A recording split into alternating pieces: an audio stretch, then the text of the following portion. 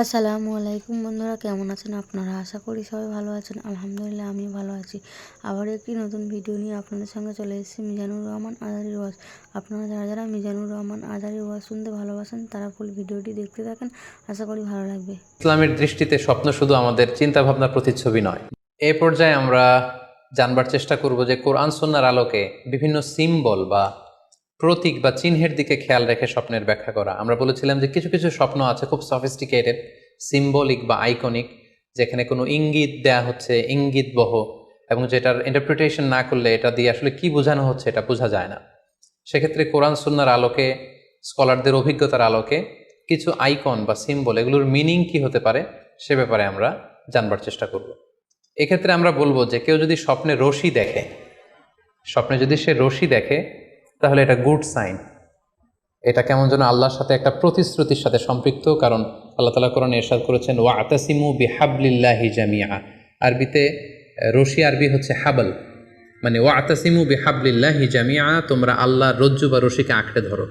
তাহলে রশি দেখা মানে এখানে আমরা আল্লাহর ওয়াদাগুলো যেন পূরণ করি, আল্লাহর আনুগত্য যেন আমরা প্রপারলি করতে পারি, এটা ইঙ্গিত করছে। এরপর স্বপ্নে যদি আমরা কাক দেখি, এটা সাধারণত একটা নেগেটিভ সাইন বহন করে, কারণ কাককে আল্লাহ রাসূল সাল্লাল্লাহু আলাইহি ওয়াসাল্লাম ফাসিক বা ফুয়াইসিক বলেছেন। সো আমরা যদি স্বপ্নে কাক দেখি, এটাকে আমরা পজিটিভ কোনো সাইন মনে না করে নেগেটিভ সাইন মনে করতে পারি। তৃতীয়ত, আমরা যদি স্বপ্নে লম্বা কাপড় দেখি, এটা গুড সাইন। কারো গায়ে যদি লম্বা জামা থাকে তাহলে এটা গুড সাইন, আর খাটো জামা থাকলে সাধারণত এটা নেগেটিভ সাইন। এক্ষেত্রে আমরা সহিহ বুখারীর একটি হাদিসকে উল্লেখ করতে পারি। আল্লাহর হাবিব সাল্লাল্লাহু আলাইহি ওয়াসাল্লাম বলেছেন যে আমার সামনে অনেক মানুষকে পেশ করা হলো, তাদের কারো জামা নাভি পর্যন্ত, কারো জামা হাঁটু পর্যন্ত, কারো জামা পা পর্যন্ত। আর সেক্ষেত্রে ওমরে ফারুককে দেখলাম যে এত লম্বা জামা পরে সে হেঁটে যাচ্ছে, সে তার জামা টেনে টেনে নিয়ে যাচ্ছে। তো সাহাবারা বললেন মা আউয়ালতাহু ইয়া রাসূলুল্লাহ, হে আল্লাহর রাসূল, আপনার এই স্বপ্ন থেকে আপনি কি বোঝাতে চাইলেন? আল্লাহ রাসূল সাল্লাল্লাহু আলাইহি ওয়াসাল্লাম বললেন আউয়ালতুহু আদ-দীন, এটা দ্বারা আমি দিনদারি বোঝাতে চাইলাম। অর্থাৎ যার জামা লম্বা তার মানে তার তাকওয়া বেশি বা তার দিনদারি বেশি। আর স্বপ্নে যদি কারো জামা খুব ছোট খাটো বা জামাহীন অবস্থায় কাউকে দেখা হয়, এটা সাধারণত তার দিনদারি কমে যাচ্ছে বা তার তাকওয়া is decreasing day after day, এটার একটা সাইন বহন করে। পাশাপাশি দুধ, স্বপ্নে যদি কেউ দেখে সে দুধ খাচ্ছে, এটা একটা ভালো সাইন। স্বপ্নে দুধ খেতে যদি দেখা হয় তাহলে তার জ্ঞান বৃদ্ধি পাবে বলে এটা একটা সাইন বা আলামত বহন করে। সেক্ষেত্রেও আমরা বুখারীর একটা হাদিস উল্লেখ করতে পারি, যেখানে আল্লাহ রাসূল সাল্লাল্লাহু আলাইহি ওয়াসাল্লাম একটা স্বপ্নের কথা সাহাবাদেরকে শেয়ার করছিলেন। তিনি বললেন যে আমাকে এক বাটি দুধ দেয়া হলো, আমি সেখান থেকে দুধ খেলাম, তারপর দেখলাম যে আমার আঙ্গুল থেকে দুধ বের হচ্ছে, আর সেখানে যে অবশিষ্ট দুধ রয়ে গেল সেটা আমি ওমরে ফারুকের মুখে দিলাম। ওমরে ফারুক সে অবশিষ্ট দুধটা খেলো। এই স্বপ্নের কথা শুনে সাহাবারা বললেন মা আউয়ালতা বিহি ইয়া রাসূলুল্লাহ, হে আল্লাহর রাসূল, এটা দিয়ে আপনি কি ব্যাখ্যা করলেন? ফামা আউয়ালতাহু ইয়া রাসূলুল্লাহ, আল্লাহ রাসূল সাল্লাল্লাহু আলাইহি ওয়াসাল্লাম বললেন আল ইলম, এটা দিয়ে আমি জ্ঞানের ব্যাখ্যা করেছি। অর্থাৎ দুধ হচ্ছে জ্ঞানের প্রতীক। দুনিয়াতেও তো আমরা দেখি যে দুধ হচ্ছে সুষম একটা খাবার, খাদ্যের পুষ্টিগুণের 6টি গুণাগুণ দুধের মধ্যে পাওয়া যায়। সো কেউ যদি স্বপ্নে দেখেন যে তিনি দুধ পান করছেন, আশা করা যায় এটা তার জন্য ভালো সাইন, তার জ্ঞান বাড়বে বলে আমরা ধারণা করতে পারি। এবার স্বপ্নে যদি কেউ দেখে যে সে আজান দিচ্ছে, এটাও ভালো সাইন। স্বপ্নে আজান দেয়া, এটা সাইন হচ্ছে সে হয়তো অচিরে হজ করতে যাবে। হজের সাথে আজানের কি সম্পর্ক? এর কারণ হচ্ছে সূরা হজ্জে আল্লাহ তাআলা সাইয়েদনা ইব্রাহিম আলাইহিস সালামকে যখন বলেছিলেন যে তুমি হজ শুরু করো, তখন তিনি বলেছিলেন ইব্রাহিম তুমি আজান দাও, ওয়া আযযিন ফিন নাসি বিল হজ ইয়াতুকা রিজালা ওয়া আলা কুল্লি দামির ইয়াতিনা মিন কুল্লি ফাজ্জিন আমিক। অর্থাৎ হে ইব্রাহিম তুমি আজান দাও। ইব্রাহিম আলাইহিস সালাম বললেন কোথায় আজান দিব? চারদিকে তো মরুভূমি। আল্লাহ তাআলা বললেন ইব্রাহিম তুমি আজান দাও, এই আজানের আওয়াজ বা শব্দ পৃথিবীর সবার কানে আমি পৌঁছে দেব। তো সাইয়েদনা ইব্রাহিম আলাইহিস সালাম তখন হজের আজান দিলেন বা ঘোষণা দিলেন। আজান শব্দের অর্থ হচ্ছে অ্যানাউন্স, টু অ্যানাউন্স, মানে ঘোষণা দেয়া। সো আপনি যদি স্বপ্নে দেখেন যে আপনি আজান দিচ্ছেন বা কেউ আজান দিচ্ছে, তাহলে সে অচিরে হজ করবে বা হজ রিলেটেড কোনো একটা ব্যাখ্যা হতে পারে। এভাবে আজানকে হজের সাথে সম্পৃক্ত করা হয়েছে এবং এটা ভালো একটি স্বপ্ন। এবার স্বপ্নে যদি কেউ গর্ত দেখে যে সে গর্ত খুঁড়ছে বা তার জন্য কেউ গর্ত করছে, এটা ষড়যন্ত্রের সাথে সম্পৃক্ত। কেননা আরবি প্রবাদে আছে যে মান হাফারা হুফরাতান ওয়াকা ফিহা, কেউ যদি কারোর জন্য গর্ত করে তাহলে সেই গর্তে সে নিজে আগে পড়বে।